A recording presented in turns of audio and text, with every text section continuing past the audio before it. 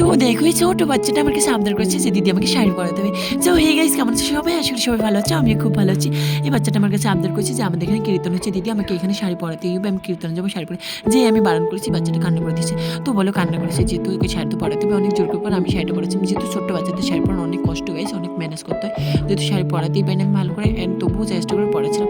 তো দেখো শাড়ি পরানো কমপ্লিট হয়ে এসেছে প্রায় শাড়ি পরানো কমপ্লিট হওয়ার পর আমি ওকে আমার ফ্লাওয়ার ছিল সব আমার জিনিস নিয়ে ওকে সাজিয়েছি। তো দেখো মাথাটা আঁচড়ে ওর খোপা করে দিয়েছিলাম এখানে চুলগুলো বেঁধে দিয়েছি ভালো করে খোপা করে দিয়েছি যেহেতু খোপা করতে চেয়েছি। এর আগের ভিডিওতে কমেন্ট করেছিল আরফুজা খানাম হ্যালো আরফুজা, তারপর কমেন্ট করেছিল আনিশা হ্যালো আনিশা, তারপর কমেন্ট করেছিল বর্ষা হ্যালো বর্ষা, তারপর কমেন্ট করেছিল শ্রীতা হ্যালো শ্রীতা।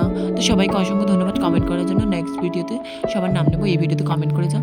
তো আমার মেকআপটা অ্যান্ড শাড়ি পরানোটা বাচ্চাদের কেমন হয়েছে কমেন্ট অবশ্যই জানাবে। তো দেখো তারপর ওকে ব্লাশ করতেছি ও যেহেতু ব্লাশ চাইছিল লাল লাল চাইছিল দেন দেখো ওকে আমি আই মেকআপ করছি। আমি এগুলো চাইছি না গাইজ যেহেতু ছোটো বাচ্চার স্কিন নষ্ট হতে চায় নষ্ট হতে পারে মেকআপগুলো করলে ও বারবার বলছে তার জন্য করালাম। তো কেমন হয়েছে ভিডিওটা কমেন্টে অবশ্যই জানাবে। তো সবাইকে টাটা।